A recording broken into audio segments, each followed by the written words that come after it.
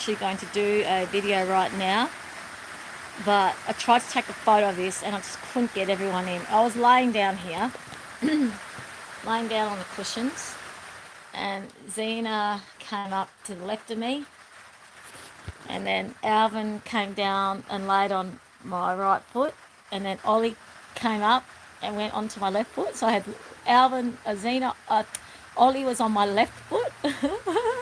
Ollie was sleeping on my left foot, and Alvin went laid on my right foot. That was really cute. And I had Zeena to the far left of me. I was just laying there, and we had sun, and I was actually sunbaking.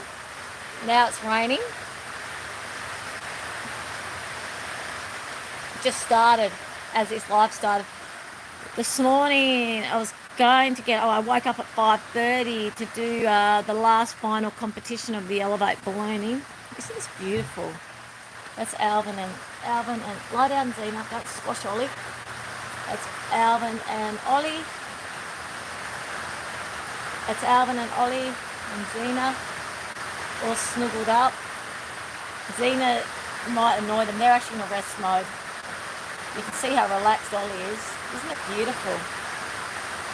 Zeena might try to wake them up though. She's only 7 months old, so she's still a bit young. Look at that rain. Isn't that beautiful? And look at Zeena looking at the rain. And we had all the birds in the sky before. Not sure where they've gone. But this was something I tried to take a photo of, and I couldn't get everyone in. So I just thought, I don't want to. I mean, this does happen in winter around the fire. Ollie and Alvin used to sleep next to each other on the couch in front of the fire. And then now we've got the new little one. And so it's taken a while for Ollie to be alright with her rambunctiousness. I'm not saying she's rambunctious, but it just took a while for Ollie to feel this comfortable around her. So that's why when he came up today and laid next to us, it was warmed my heart. But we were going to go up and do the final competitions, my neighbour and I, of the Elevate ballooning competition. But we had rain.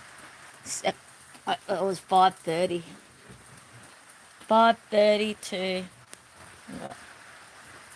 Isn't that beautiful? Don't wake him up. I know, she's going to try to wake them up. Basically,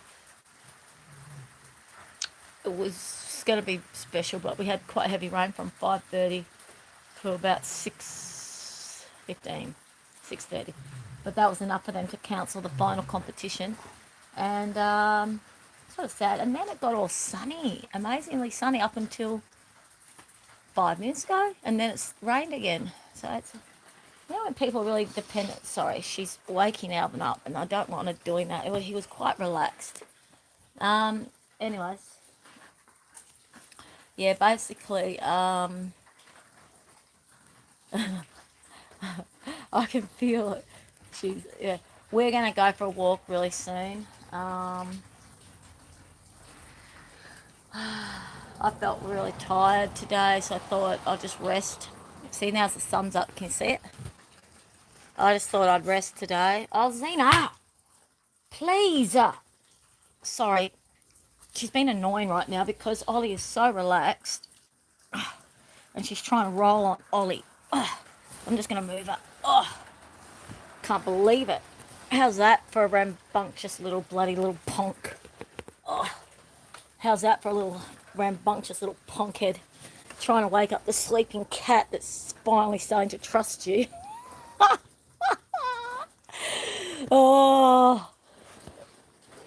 tell you what, animals are so like children sometimes. But anyways, the dynamics is very interesting.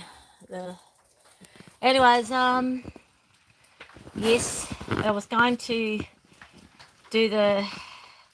experience the competition this morning, and then what I was going to do for half the day, and then I was going to get ready for this wonderful experience tonight, which was not wonderful really. It's a little bit sad.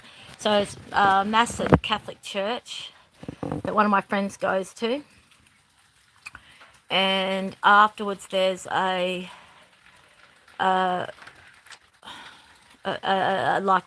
supper, and two of the fathers are leaving. One's going down to Thornley. He's been here for 9 years. That's beautiful, Father George, and the other one, Father Conrad's moving to Kalgoorlie. So we're saying goodbye to the fathers. And I've been developing a really lovely connection with Father George over the last 9 months, but especially the last 4 months. And it's going to be so sad to see him go. Anyways, that's part of what they do when they take on being a priest. They get moved around every 3 years. And then after that, there's a Celebrate Ladies Games night, which my beautiful neighbour and her church, which is Salvation Army, they put on these really amazing lady nights. It's really cute. My church, which is Bridgeley, puts on really amazing lady nights as well. And it's so cute because all the ladies from all the different churches come. This ladies' night at the Salvation Army Church will have people from my church, Bridgeley. It's like they're not. It's not separatist or anything like that. Just all these awesome activities that different churches put on. And yeah, it's just such a, gosh, I tell you, Northam is such an incredible community. It's really such a beautiful community up here, and the weather predominantly is amazing. Yeah. Anyways, I just really wanted to show you the animals. I've really got to take them for a walk soon, and I just want to lay here. I just want to stay here. I'm so relaxed. Can you see the sun? Yeah, I think you can now. Yeah, I just want to relax. Oh, see my cute little snapdragons that I got? So the other day I bought myself some flowers to bring some more. Oh, these garden beds here were so full of geraniums, but little Zeena Beaner, the little naughty one, dug them all up. Ruined most of those planter boxes, so they were all empty. I've got to get some more soil in them. But the other day I treated myself to 6 beautiful snapdragons. Aren't they beautiful? Such a good decision. They're so pretty. They give me so much joy, as does this beautiful view here. What can you see? Ouch. So Ollie's still relaxed. Alvin's still relaxed. It's just precious. Animals are precious. They're so precious. I think what I might share initially, that's Zeena trying to annoy Ollie again. What I might share with you initially is I remember when I first got, about a month after I got Zeena, I had to stop working because it was just me in the house, me and the animals. And Zeena and the two, but I didn't take on the second dog thinking that I was going to be bringing them up on my own. They were my husband's and my fur children. So basically what happened was I had to stop work because I had to be at home to monitor the animals, because Zeena was 3 months old and the bigger one, Alvin, was 13 months old at the time. And I had to monitor. You can't just leave a tiny little 3-month-old pup and a 13-month-old adolescent dog alone together. So they had to be watched and monitored and blah, blah, blah. So basically it put us in a situation of poverty, basically. You know, 3 animals to look after, and a house to run, a yard to run. I had all these retic problems, and I had all these plumbing problems. Had to get the plumber out because I had a tap that wouldn't turn off, and all sorts of things happen.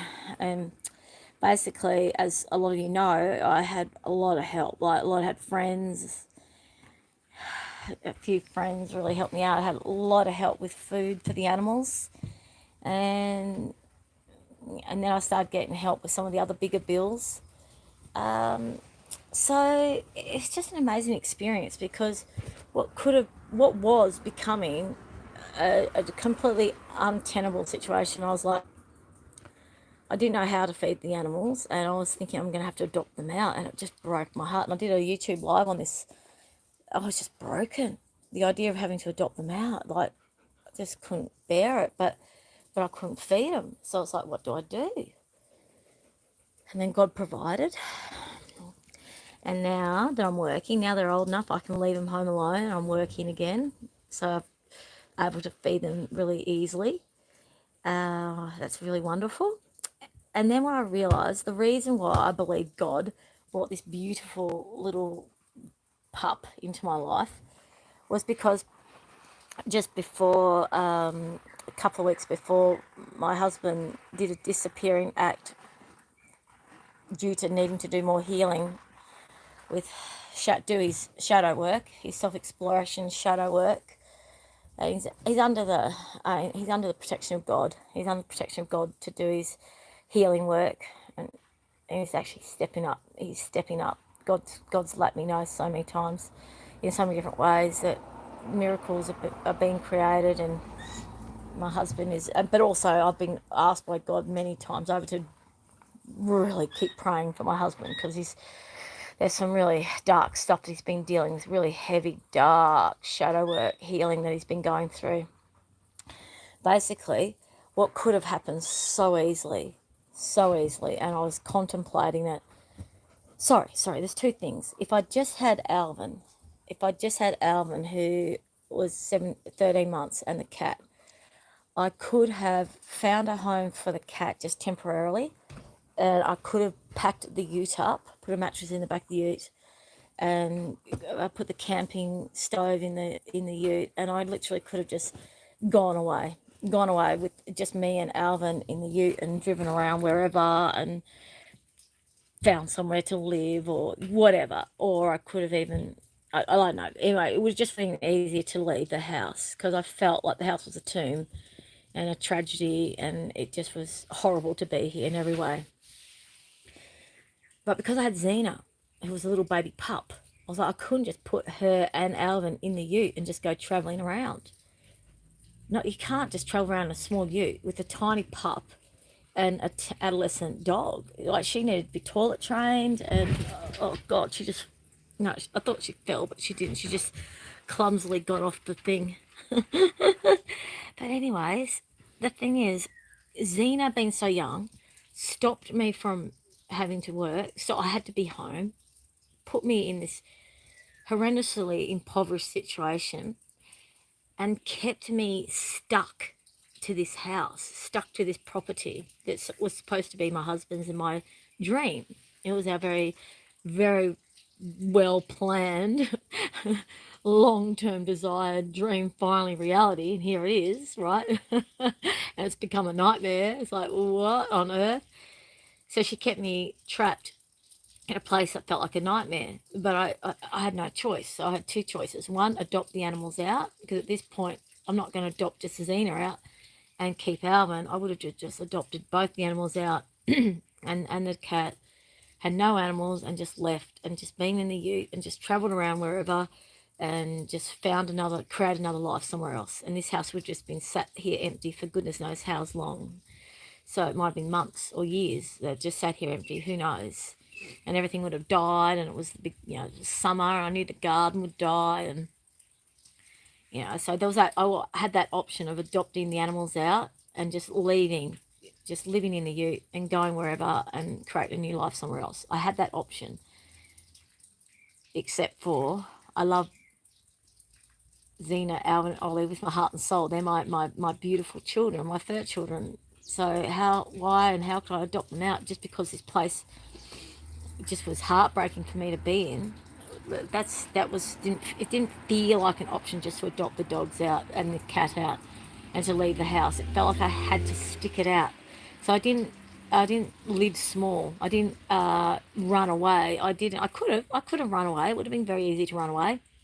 It would have been very easy to live small and give up on everyone and go small.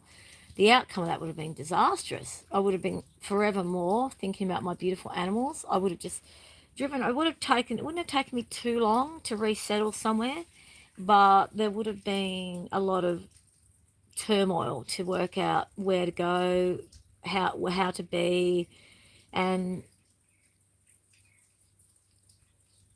it just would have been revolting. It would have been such a sad existence, just driving around just for the sake of going, okay, well, there's my dream I'm driving away from, and my beautiful animals I'm driving away from, So where do I go from here? But God would have provided. If I'd done that shortcut runaway thing, I still would have found somewhere safe to be for a couple of weeks while I got my bearings, and then build up my finances to work out wherever I was going to go next. And it would have worked out, but it would have been disastrous. And forevermore, I would have never, it would have been a torturous experience that would have forevermore tormented me. So I knew I had no option but to stick it out. But to be here was a nightmare. We were starving, we were struggling, everything felt too hard. I was so overwhelmed. The garden was getting destroyed. The retic wasn't working. I was having major water issues. Oh, everything just felt way too hard. But at the same time, I knew that it was just everything was resolvable. Like I knew there would be a solution to everything, and I stuck it out. I stuck it out, even though it was so hard. And when wasn't able to feed the animals, I actually got to a point where I let people know. I was like, wow, here I am at the point where I'm going to have to adopt them out because I can't feed them. And then I let people know. And then, of course, boom, boom, boom, boom, boom, all the support started coming in. And that's when I realised we've got to let go of the pride. Like we were in such a desperate situation as we haven't got food to eat. Everyone wants to know. All the people who love and care about us want to know. I've helped people out, hundreds of people in my life, hundreds of people. It's so easy for us to give. It seems quite difficult for us to receive. Why? Pride, ego, let it go. It's really a gift to be able to give, and people love to be able to give. I love to give. I've given most of my life, and I do now. Like I'm just one of those people. I love what comes around goes around. We all support each other. We all help each other, and it's just wonderful, right?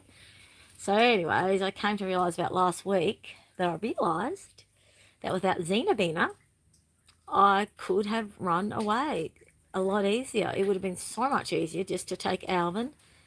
I could have even had Ollie in a cat carrier. He would have hated it, but I could have even had travelled just with Ollie and Alvin. But having that little baby pup changed everything. It literally changed everything. One, it made everything much, much harder, but it actually grounded me. It actually made me stay. It gave me what I believed as no choice but to stay. The only choice was to stay. The only choice was to keep making it work.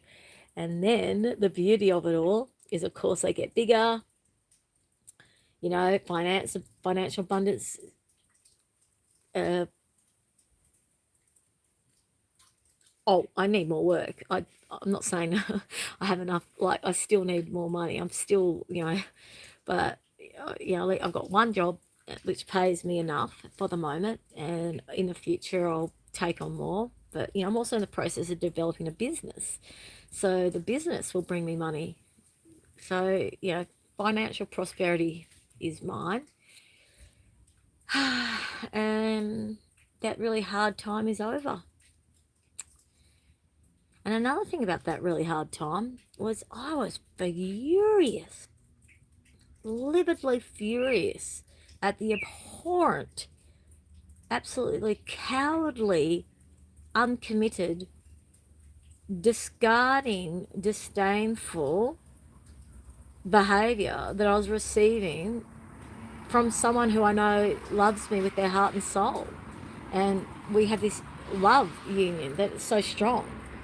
And I was like, wow, that initially I was like, you gotta be kidding me. You're so weak, you're so cowardly that you're gonna keep on hurting me rather than step up into being the best you can be, and to not be fearful of knowing you're capable of so much more than you keep programming your brain that you are. The limiting belief system, the fear-based belief system that keeps putting this sabotage mentality and this block, and I'm useless, I'm not good enough, I'm a useless person, I'm a useless husband, I can't do anything, I've never done anything in my life, limbo, limbo, limbo land. Well, step up, get out of your fear, mate, get out of your fear. It's really not that difficult. Get out of your fear. Actually start listening to people who care and love about you. The people who care and love you help you, want you to be the best you can be. all we do is tell you how amazing you are, how beautiful you are, how capable you are. Listen to those people. Stop focusing on the narrative of what you've been listening to your whole life, of the people that say you can't do this, or what makes you think you can do that, or that's impossible, or who would go to a gig if you go in there with that type of van, and all that sort of crap. Like, get away from that limiting mindset and that limiting influence, and the people who are filling you with fear and filling you with absolute nonsense. Like, let all of that go. Step above it. Oh gosh, the amount of times I've had to hear that man say, how much he wished he could just break free from certain interactions and dynamics that he just has, yeah, blah blah blah blah. You've heard this all in my previous videos. I heard it over and over again for years and years and years. When we were friends, when we were lovers with friends with benefits, then when we were a couple, and then we're husband and wife. I've had to hear the same old story since 2006. And I just was like, when are you going to step up to the bullies? When are you going to step up to that negative attitude, that negative dynamic? When are you going to really believe in yourself and see yourself for who you really are, and step into your potential and step into your love and your and he would start dreaming, he'd go into his magical being, he would get excited, and that was beautiful. It was beautiful when he was in that space, beautiful. But then he would let the fear creep in, and then he let the fear creep in so bad that he was prepared to sabotage everything that he desired, everything that he has dreamt of. And that filled me with was an indignation, fury of two things. How could I be so pathetic myself as to keep giving this person so many chances, to believe and trust in this person so much? But secondly, why on earth can someone keep sabotaging their life and cause so much pain and hurt to those that he loves with his heart and soul, to those that he treasures beyond anything, to to the one he calls his best friend, the love of his life, and to these beautiful innocent animals, and to other good friends that really want to see him be all that he can be. I was like, I was just so in the beginning, everything about this place made me sick. It was nauseating. I just felt so deceived and duped and betrayed and irked out. And then, of course, as time does, I started to, well, with my perspective of always looking for the positives, always looking for the lessons to be learnt, looking for the solutions, looking for what is trusting in God's plan, that all is perfect. So what is it that I'm supposed to be seeing and doing? I then came to realize the animals were my anchor. They were my anchor. They kept me. They caused things to be really hard, of course, but they kept me grounded. They gave me a foundation. They gave me a structure. I came to that realization about 2 or 3 weeks ago, and I was like, thank you, God, for allowing beautiful Zeena to come into my life 2 weeks or so before everything went crazy, because God knew. God knew that this was going to happen. God knew it had to happen. God planned it. It's actually had to happen. This experience had to happen for my love and I to go deep into our shadow work, to really get all that shadow, egotistical, worldly, ungodly elements of ourselves out, and to really focus on our divine pathway, our divine purpose, and really cleave to God and put God first. So God knew this was all going to happen, which I believe is why God really pushed for Zeena to come into our life, because it was really funny. I distinctly remember Alvin was being really needy. He's a bit of a needy dog.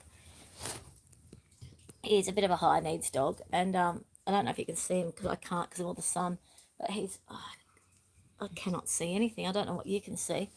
Anyways, what actually happened was I realised he's the type of dog that needs pretty much constant. He doesn't like to be left alone. He's just one of those breeds or characters. So my love and I were discussing that he needed a mate, not for breeding, but like a companion.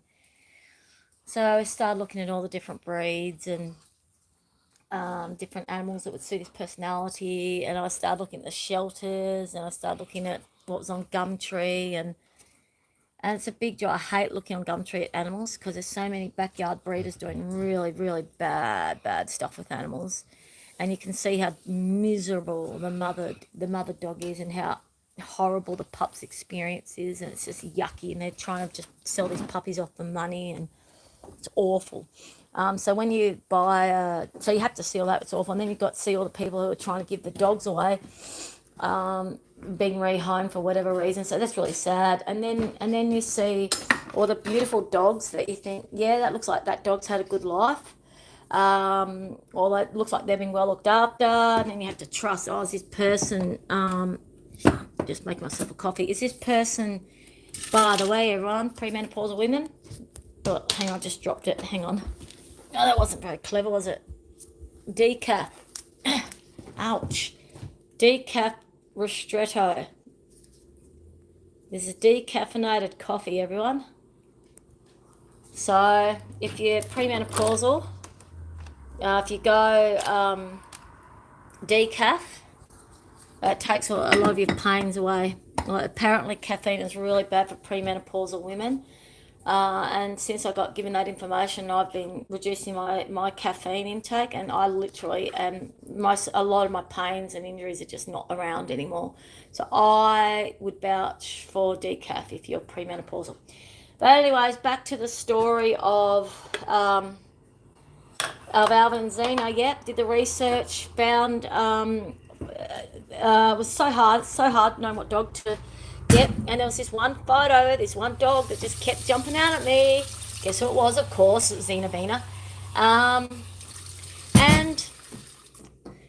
it was really cute because I decided with Alvin, I thought, I definitely would like female energy. So, and in her litter, there was three boys and one girl. So it made it really easy to choose Zeena. But I loved her. Her photo was one of the photos actually on the Gumtree site, and her face, her little beautiful face, was jumping out at me because there was a photo of each dog, you see.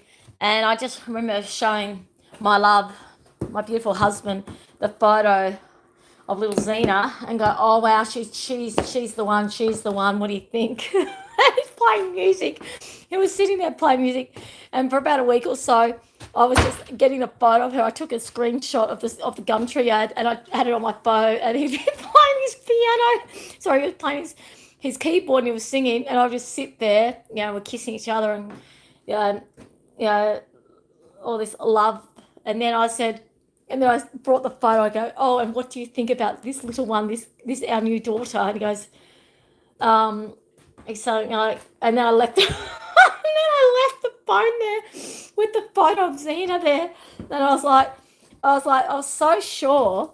She just felt so right. I thought, yeah, no, she's going to be really right. But I knew it was going to be a big deal bringing another dog into our family. I do the research on her breed, everything, blah, blah, blah, blah, blah. Anyways, it was really cute. I just really realised, once I realised she was the one, I was like, yeah. And that's how I was with Alvin too. I did months of research for when we got Alvin. Months of research. And then I saw this one photo. This one ad for this particular breed. And back then it was Bull Arab cross Irish Wolfhound. And I thought Bull Arabs were aggressive. There's this wrong diagnosis. Bull Arabs are aggressive. They're not. They're so friendly. They're so friendly. So friendly. So there was actually Bull Arabs in the in the shelter, but obviously I didn't look at them because I thought they were too out of my reach for training and all that sort of stuff. But with Alvin, I just thought, did all this saw the photo of him and his other siblings, and I did all this research on Bull Arabs and realised, oh yeah, we can definitely get a Bull Arab. And anyways, when we chose Alvin, we were the second people to choose. So there was 13 pups. One was taken, so we had a choice of 12. We literally sat there for about 3 hours with all these cute little pups running over us. And Alvin kept snuggling into my arm. It was just, and then when we went to leave, he was about a month and a half old, and then he literally stood as I'm walking away. He literally put his paw on my foot and looked up at me. And the lady goes, "Oh, he's chosen you." I said, "It seems so." Anyway, so we chose him, and then a couple of months, about a month and a half later, we picked him up, and that's how we got Alvin. And we had all these rats in the roof, and I was like, I think we needed rats and mice. They made so much noise. It was like, that's me on the table, but way louder than that, like really loud. And so looking for cats, and again, all these free cats and this and that. End up choosing a 2-year-old rescue, and he fitted in perfect. So God was completely part of each one of those animals that had come into our life, because I believe choosing animals is not easy, and I believe God. Because that's right, with Ollie, I remember with the cat, I was looking through Gumtree ads for stuff to do with the house. Because we did stuff like, we got this beautiful, beautiful door for $50. That's what Gumtree does. This beautiful, beautiful stained glass door, absolutely stunning, $50. I got a huge pile of Italian porcelain tiles to go in the bathroom. Got them for $50, and they're worth about 4,000. Gumtree is spectacular. So here I am looking at stuff for the property, and this cat pops up just out of the blue. I swipe away, keep looking at the products, which I think was Windows or something, nothing to do with cats. And then Ollie pops up again. The photo of Ollie pops up again. The Gumtree ad of Ollie pops up again. I went, "Oh, what's this?" And I looking at the cat. I went, "Oh, you're adorable." And then he was, and he is. He's incredible, just incredible.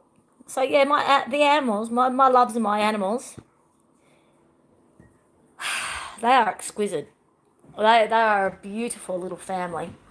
We are a beautiful little family, and our fur children are very, very, very, very well suited to each other. Well, I don't know how to word it. It's God for sure. It's so exciting.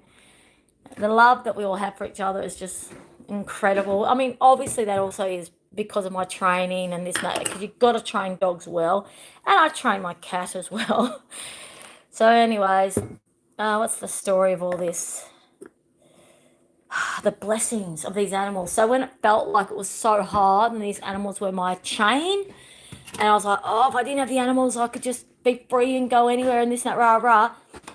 And then trying to feed them, and the anguish and the turmoil I was feeling, trying to work out how to feed the little darlings. Oh, the pain when they were hungry, One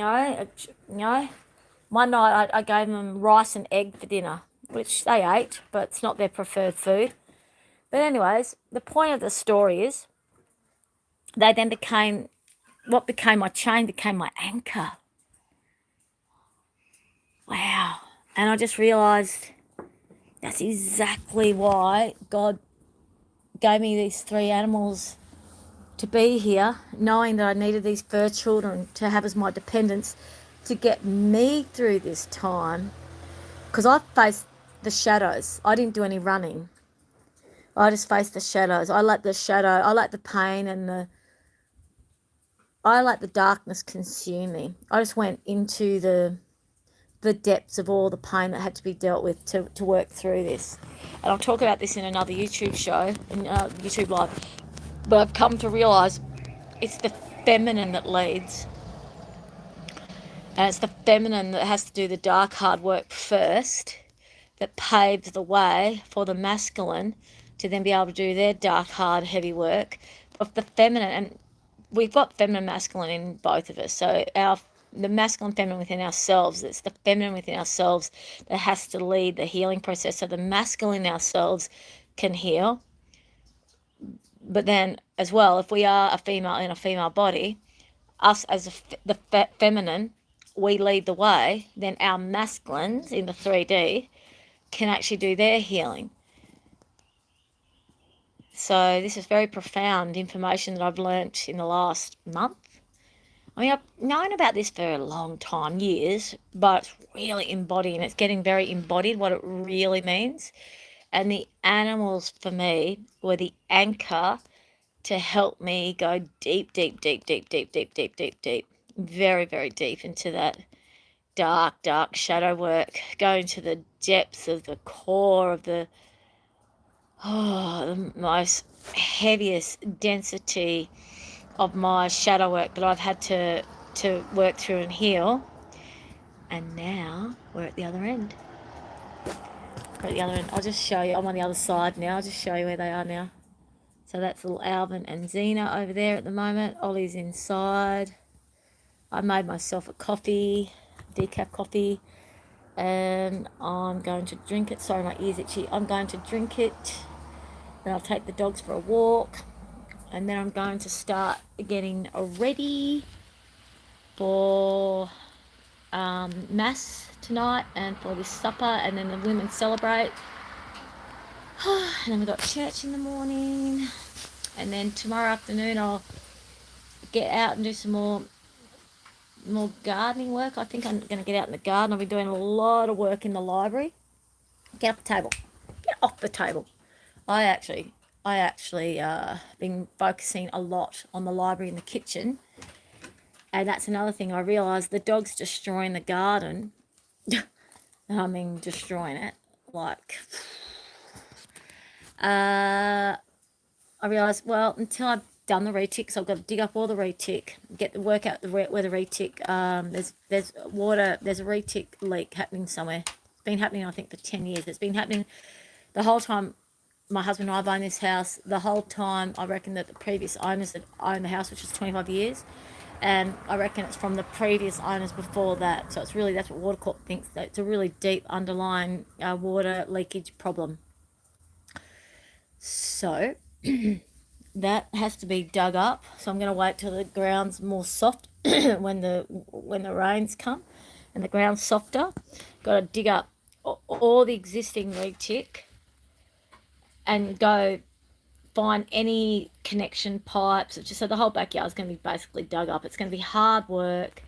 I've had some people say they're going to help me now. Yeehaw! So there's going to be a few of us digging.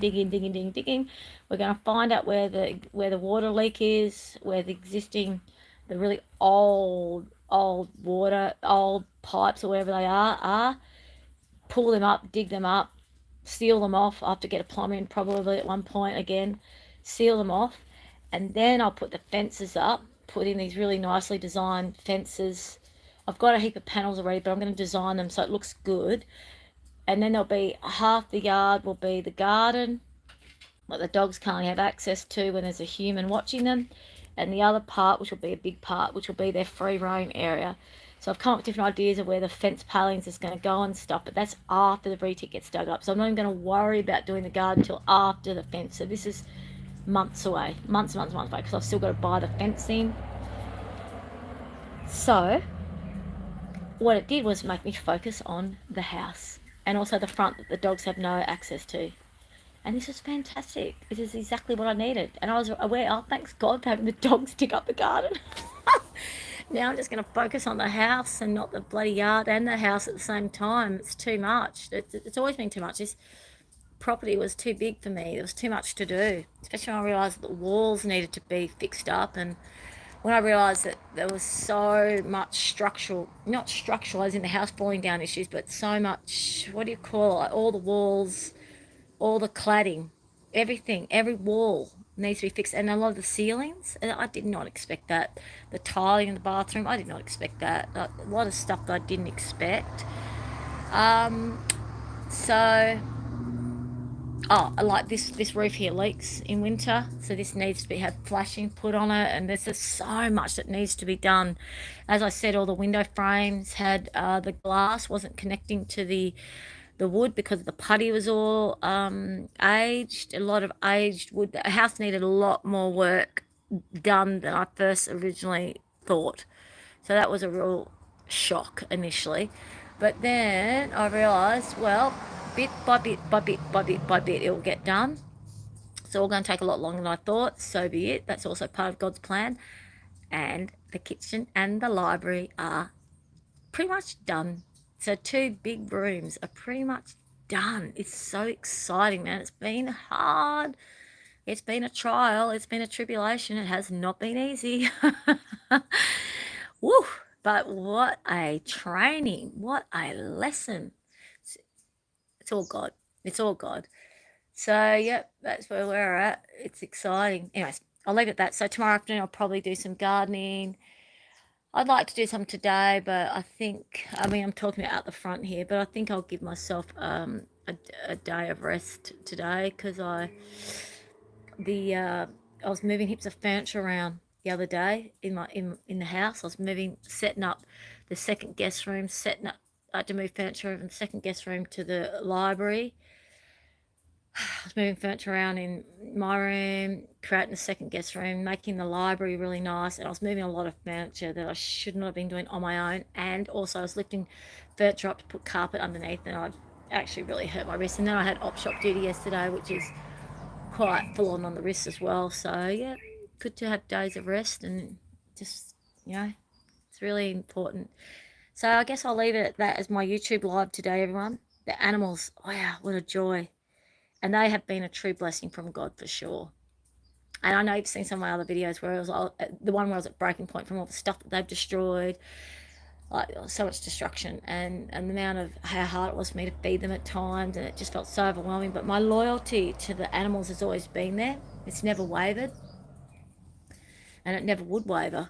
Like the tragedy of having to adopt them out was what was really breaking me out. But then I realized, well, there are people that will help me feed them if I told them what was really going on. So by telling people, boom, boom, boom, boom, boom, and even to this day, on a weekly level, people are helping me out with the dogs, like giving me some chicken or giving. It's really beautiful.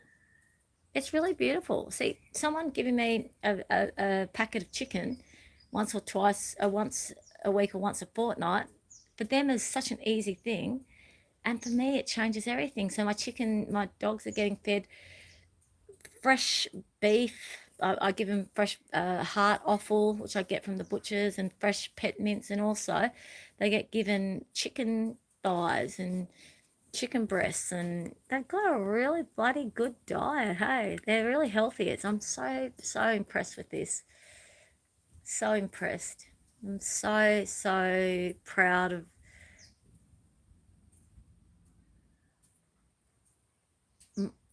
I want to say I'm proud of my faith that that that all was always, of course, going to turn out. That's all God's divine plan. I'm so impressed and so proud of how authentically kind and humble and caring and community minded and focused Northam is, which is why my love and I chose Northam. We could feel it. The people in Northam are so salt of the earth, super friendly, very authentic. Everyone is looked at as who they are. The winters here are really harsh and the summers are really harsh. So you've got to be strong to live here. And the people here are logical, practical, and they see women and men as being of equal value as each other because the women here actually run the farms. So the men here treat the women with such respect. In general, I'm talking about. When I have a tradie come here, they talk to me as if I know everything. I'm like, whoa, hang on a minute, step back a bit. Could you simplify that, please? They just expect that I know. They see what I'm doing on the house and how I am, and they just sort of assume that I know as much as them, and they talk to me as if I know as much as them. I'm going, whoa, step back a bit. But I think, wow, thank you for the acknowledgement of thanks for your respect of me as someone who just, wow, it just felt, I didn't get that in Perth but in Northern, the men treat the women like they are capable and can do as much as, like everyone here can do as much as each other. It's just people surviving in the bush. You know what I mean? It's quite beautiful. It's very beautiful, and that's what makes Northern so spectacular, I think. Anyways, I'll leave it at that. God bless, and I'll speak with you all probably tomorrow afternoon, sometime after church. And I'm going to be discussing the masculine, feminine, all the stuff around masculine, feminine, alchemizing that I've been learning about. Okay, lots of love. Bye. God bless. God bless.